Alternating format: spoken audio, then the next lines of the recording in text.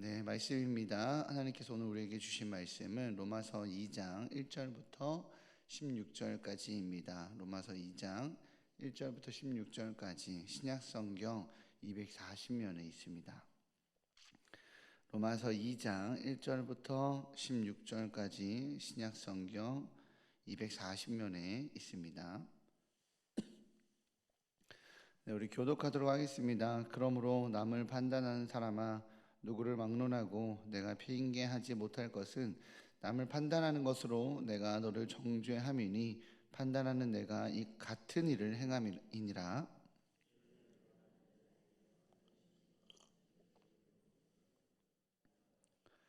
이런 일을 행하는 자를 판단하고도 같은 일을 행하는 사람아, 내가 하나님의 심판을 피할 줄로 생각하느냐?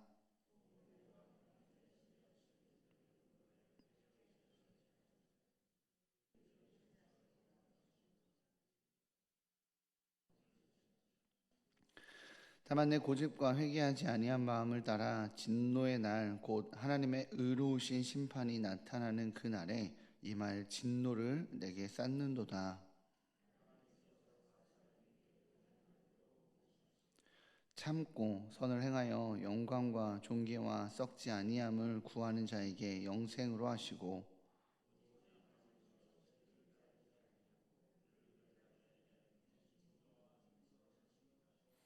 악을 행하는 각 사람의 영에는 환난과 공고가 있으리니 먼저는 유대인에게요 그리고 헬라인에게며,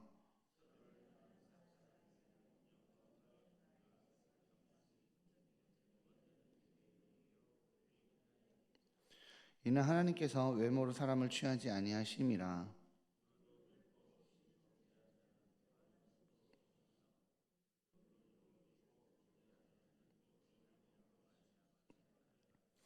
하나님 앞에서는 율법을 듣는 자가 의인이 아니요 오직 율법을 행하는 자라야 의롭다 하심을 얻으리니,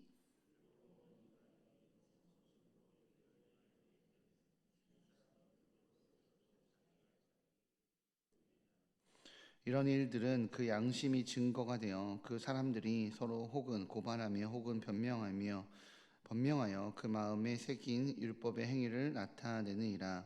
곧 나의 복음에 이른 바와 같이 하나님이 예수 그리스도로 말미암아 사람들의 은밀한 것을 심판하시는 그날이라. 아멘. 하나님께서 오늘 말씀으로 은혜 주시고 있습니다. 감사합니다. 그 넷플릭스 드라마인 더 글로리가 유명해져서인지 최근에 과거 학교 폭력 가해자들에 대한 이야기가 좀 자주 등장하고 있는 것 같습니다. 최근 학교 폭력 사건과 관련돼서 인터넷을 뜨겁게 달군 대표적인 이야기가 있다면 바로 표예림 사건이라고 생각합니다. 네, 현재 28살의 표예림 씨는 학창 시절 12년간 학교 폭력을 당한 사실이 밝혀졌습니다. 12년입니다. 12년이면 초등학생 1학년부터 고3까지입니다. 학창 시절 폭력과 폭행으로만 살아온 삶이었던 것입니다. 사실 표예림 씨의 학폭 사건은 자기 자신이 직접 공개한 것도 아닙니다. 표예림 동창생이라고 하는 유튜브 채널을 익명의 이름으로 열어서 표예림 씨의 학창 시절 학폭을 당한 내용을 누군가가, 아직도 누군지는 모르는데요, 누군가가 유튜브에 게시했습니다. 자신은 예림이의 학창 시절 동창이다라고 자기를 밝히고, 이 영상은 예림이의 요청도 아니고 요구도 아니다. 12년간 학교 폭력을 당한 예림이는 아직도 고통 가운데 있는데 가해자들은 너무 잘 사는 것 같아서 그 사실이 너무 화가 나서 가해자들의 신상을 공개한다라며 짧은 영상을 만들어 올렸습니다. 영상이 많은 유명한 유튜브 채널 운영자도 아니에요. 그냥 그렇게 영상을 몇 개 만들어서 자기 채널에 올렸는데 그 내용이 굉장히 유명해지면서 이 표예림 씨의 학교 폭력 사건이 주목받았습니다.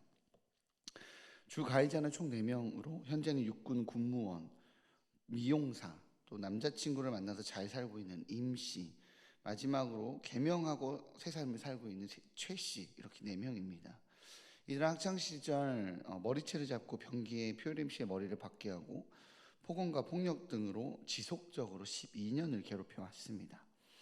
MBC의 실화 탐사대에서 이 사건을 파기 시작했습니다. 이 과정에서 시청자의 공분을 사게 됐죠. 그러자 평소 사과받기 위해서 성인이 돼서 너희들 나한테 학창 시절에 한 잘못에 대해서 그 폭력에 대해서 잘못이라고 생각하지 않냐라고 사과를 받기 위해서 연락을 몇 번 취했던 표일임 씨의 전화는 그렇게 피하던 전화 받지도 않고 묵살했던 가해자들이 이 사건이 드러나고 사건이 유명해지고 자신들에 대한 신상이 공개되고 하자 오히려 표일임 씨에게 전화를 걸어왔다고 합니다. 연락이 와서 하는 말이 더글로리가 나오니 내가 송혜교인 줄 아냐. 철없을 때 했던 행동을 다 큰 성인이 돼서 왜 이제 난리냐. 개인의 신상을 공개하다니 법적인 조치로 신고하겠다 등의 협박하는 그러한 태도로 오히려 표일임 씨에게 사과를 요구하는 태도로 나왔습니다. 표일임 씨는 사과를 받고 자기는 이제 그때의 악몽에서 좀 벗어나서 나의 삶을 살고 싶은 것뿐인데 그저 이 미안하다라는 진심 어린 한마디가 왜 그렇게 어려운 건지 모르겠다라고 고통스러워합니다. 누리꾼들이 가해자들에 대해 더 흥분하고 분노했던 것은 12년간의 가해를 저질러 왔던 행동도 참 분노했지만 그것보다도 다 큰 성인이 되었음에도 불구하고 자신들의 잘못을 인정하지 않고 우겨대는 모습이었습니다. 누가 봐도 자기가 과거에 잘못했구나 라고 돌아보는 모습이 없었다는 거죠. 그러자 대부분의 사람들의 요구는 엄정 처벌을 요구하는 모습이었습니다. 오늘 본문인 로마서 2장에서 사도 바울은 하나님의 진노로부터 인간을 구할 수 있는 그 어떤 인간의 의로움도 존재하지 않는다라는 전제 아래서 본문의 내용을 이어갑니다. 위대한 그 무엇도 어떤 높은 위치도 그 어떤 선행도 하나님 앞에서 정당화될 수 없습니다. 모든 이들은 하나님의 진노 아래 있습니다. 그렇기에 인간에게 가장 필요한 태도는요, 용서를 구하는 겸손입니다. 그런데 오늘 본문에서 인간들은 회개하지 않는다라고 말합니다. 왜 회개하지 않을까요? 왜 인간은 하나님 앞에 회개하지 않을까요? 사실 가해자들이 죄를 짓고도 용서를 구하지 않을 때가 있습니다. 회개하지 않을 때가 있습니다. 그건 어느 때냐면 나의 잘못이 아니라 너의 잘못이라는 생각에 지배받을 때 인간이라는 존재는 용서를 구하지 않습니다. 대부분의 학교 폭력을 행하는 가해 아이들이 하는 말은 이유가 없다입니다. 내가 무슨 잘못을 했길래 이렇게 괴롭히냐라고 물으면 가해자들이 하는 대답은 그냥입니다. 그가 잘못해서 그를 괴롭히는 것이 아닙니다. 그가 나에게 어떤 피해를 줘서 그를 괴롭히는 것이 아닙니다. 그냥 맞을만 하고 괴롭힘 당할 만한 찐따여서 내가 답답한 사람이어서 내가 괴롭힘 당해도 될 만큼 무능한 사람이어서 그냥 하는 것이라고 말합니다. 그들은 판단의 자리에 올라가서 괴롭혀도 되는 사람, 괴롭히면 안 되는 사람을 구분합니다. 그것을 결정하는 자리에 있습니다. 그럴 때 그들은 잘못을 했다고 생각하지 않기에 용서를 구하지 않습니다. 본문 1절은요, 이러한 원리를 기반으로 한 경고입니다. 우리 1절입니다. 같이 읽어보도록 할까요? 시작. 그러므로 남을 판단하는 사람아, 누구를 막론하고 내가 핑계하지 못할 것은 남을 판단하는 것으로 내가 너를 정죄함이니 판단하는 내가 같은 일을 행함이니라. 아멘. 오늘 성경은 판단하지 말라라고 말합니다. 판단한다는 것은 선악의 기준을 자신이 결정한다는 행위입니다. 즉 판단하는 것은 선악과를 먹는 행위가 되는 것입니다. 선악의 기준을 나에게로 가져오는 바로 그런 판단의 위치에 가는 것, 심판자의 위치에 가는 것을 말합니다. 뭐죠? 하나님의 위치에 앉는 것을 말하는 겁니다. 내가 기준입니다. 오늘 본문 메시지의 1차 대상은 유대 기독교인입니다. 로마서는 로마에 있는 유대 기독교인들에게 보내는 편지입니다. 그들은 기독교인이 되어 예수를 따르기로 결정했지만 당시 그들의 결정을 판단하고 정죄하며 심지어 핍박하는 존재들이 있었습니다. 누구냐면 유대인들입니다. 그들은 율법의 기준을 기독교인들에게 내밀며 끊임없이 기독교인들을 핍박했습니다. 테러를 저질렀고 유대 기독교인들의 생명을 위협했습니다. 그럴 수 있었던 내면의 이유가 있다면 그것은 판단의 자리, 우리가 맞고 기독교인들이 틀렸다, 저들은 배교자다, 하나님을 배신했다 라고 말하는 바로 그 판단의 자리에 앉아 있었기 때문입니다. 그들은 그렇게 하나님의 자리에 앉아 하나님의 율법으로 위선을, 악을 행하였습니다. 판단의 자리에 있으니 자신의 죄와 잘못이 보이지 않는 것입니다. 그러니 사도 바울은 유대인들의 오해를 바로잡아주기 위해 이미 그들이 알고 있는 하나님의 판단의 기준을 상기시킵니다.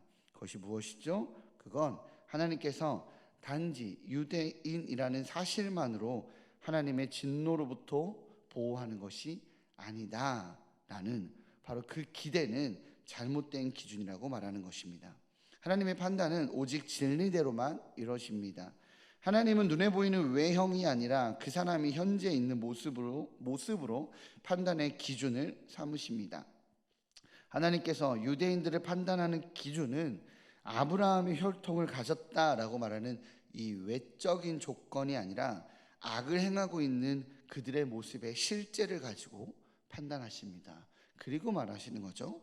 선을 행하는 자가 되어야 한다라고 명령하고 있는 겁니다. 10절에서 11절입니다. 같이 읽어보도록 하겠습니다. 시작.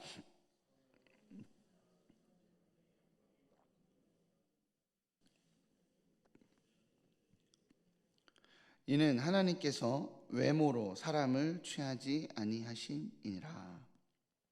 하나님께서 하나님의 영광과 존귀와 평강을 먼저 주신 대상은 분명 유대인입니다.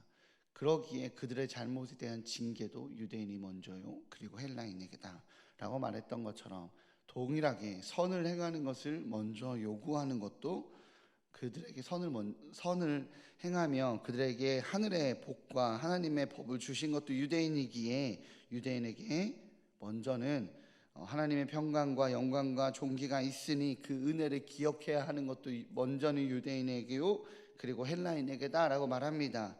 그들은 그 은혜를 기억해야 합니다. 하나님이 분명히 유대인들에게 준 그런 엄청난 은혜가 있습니다. 그들은 그 은혜를 기억해야 하는 것이지 그 은혜를 특권으로 여겨서 권리라고 생각해서는 안 됩니다.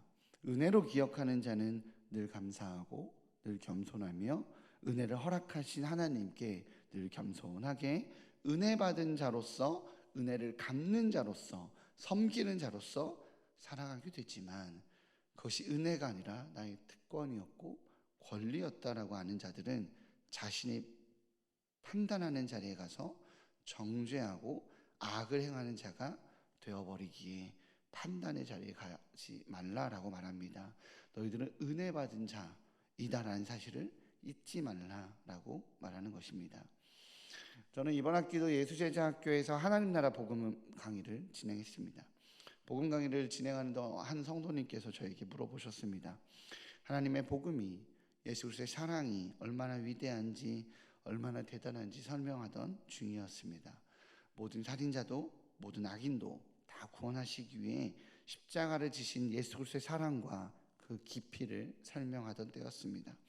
십자가상에서 강도까지 구원하신 예수님, 세리와 창녀, 당시 시대에 천대받던 그 악인들까지도 구원하신 예수님, 심지어 귀신 들린 자 역시 치유하셔서 구원하기 원하시는 이 예수님의 사역을 돌아보면서 그렇게 쭉 설명하고 있는데, 한 성도님께서 저에게 물어보시기를, 목사님, 그렇다면 하나님의 복음의 영역, 구원의 영역에 벗어나는 존재도 있나요? 라고 물으시더라고요. 모두가 구원의 대상이 되는데 왜 구원받음으로 선택받은 자가 있고 선택받지 못한 자가 있는 것인가요? 왜 구원받지 못하는 존재가 생기는 걸까요? 이처럼 그렇다면 구원의 영역에서 벗어나는 존재가 있는 걸까요? 얼마나 심각한 죄를 저질렀기에 그는 구원의 영역에서 벗어나게 되는 걸까요? 그때 제가 드렸던 대답은, 그때 제가 드렸던 말씀은, 어떤 지위와 어떤 상태, 심지어 어떤 죄의 영역이라 할지라도 하나님께서 깨끗하게 하지 못할 죄는 없습니다. 그가 살인자여도, 그가 경제사범이어도, 그가 강간범이어도, 그가 범죄자여도 그는 하나님 앞에 하나님의 구원의 영역에 십자가의 능력으로 회복시키지 못할 죄는 없습니다. 그런 죄라는 영역은 없습니다. 그러나 교만은 안 됩니다. 교만하여 회개하지 않고 교만하여 판단의 영역에, 그 영역에 있는 존재는 안 됩니다. 하나님이 교만을 싫어하시는 이유가, 저는 그가 회복될 수 없기 때문에, 하나님께서 당신의 판단의 영역, 하나님의 선하심의 영역 안으로 교만은 들어오지 못하게 하기 때문에, 그렇게 만들기 때문에 하나님께서 교만을 싫어하시는 것 같다라고 대답한 적이 있습니다. 왜냐하면 그건 죄의 문제가 아니라 악의 문제이기 때문에 그렇습니다. 우리는 의인이 아니라 우리는 용서받은 죄인입니다. 그러니 은혜 받은 자로서 7절의 말씀처럼 참고 선을 행하여 영광과 존귀와 썩지 아니함을 구하는 자에게 영생을 주시는 하나님을 신뢰하는 자의 삶을 살아야 합니다. 또한 13절의 말씀처럼 하나님의 말씀을 듣고 하나님의 말씀을 아는 자로 판단의 자리에 있는 것이 아니라 말씀을 행하는 자로 하나님께 의롭다 칭찬받는 자가 되어야 합니다. 유대인들이 하나님께 구원을, 하나님의 택함을 받은 그 선민의식으로 특권의 자리에 앉아서, 판단하는 자리에 앉아서 너희들은 맞다 틀리다 라고 하나님의 위치에 있으면서 죄를 저질렀던 것처럼, 우리도 예수 그리스도의 십자가의 구원으로, 복음으로 은혜 입은 자로서 감사해야 하고 겸손해야 하며 하나님 그 은혜를 갚아가는 자로 살겠습니다가 아니라, 나는 이미 구원받은 자다라고 말하며 세상을, 하나님을 알지 못하는 자를 판단하는 바로 그 판단의 위치에 가 있다라고 한다라면, 오늘 말씀의 내용처럼 우리는 하나님의 진노의 대상이 될 것입니다. 사랑하는 성도님, 우리는 은혜 받은 자입니다. 주님께서 생명값으로 살리신 은혜 받은 자입니다. 은혜 받은 자로, 용서받은 죄인으로 언제나 겸손하게 주님 뜻을 따라 판단하는 자가 아니라 섬기는 자로, 나누는 자로, 사랑하는 자로 그 모든 삶을 살아가시는 일산 충신의 성도님들 되시기를 주님의 이름으로 축복합니다. 기도하겠습니다. 사랑해 주님 감사합니다. 복음의 은혜를 입은 자가 그 은혜를 입은 자로 기억하는 것이 아니라 하나님 특권으로 인지하는 순간, 우리는 어느 순간 판단의 자리로 올라가 누군가를 판단하고 정죄하고 이것이 맞다 틀리다라고 말하며 평가하는 자의 자리로 가지 아니한가 생각해 보게 됩니다. 어느 순간 교회 생활이 익숙해지고 10년, 20년 어느 순간 직분을 받아 권사, 장로, 안수집사, 목사가 되어 주님 은혜 받은 자로 섬기는 것이 아니라, 은혜 받은 자로 사랑하는 것이 아니라 그것이 특권이 되어 판단하는 자로, 주님 그렇게 평가하는 자의 모습으로 있지는 않은지요. 주님 판단하는 자가 자의 자리가 아니라 은혜 받은 자로, 사랑을 입은 자로, 섬기는 자로 살아가는 저희 될 수 있도록 인도하여 주시옵소서. 그렇게 주님 말씀 붙들고 섬기는 자의 삶을 살아내는 저희 될 수 있도록 붙잡아 주시옵소서. 이 모든 말씀 예수님의 이름으로 기도합니다. 아멘.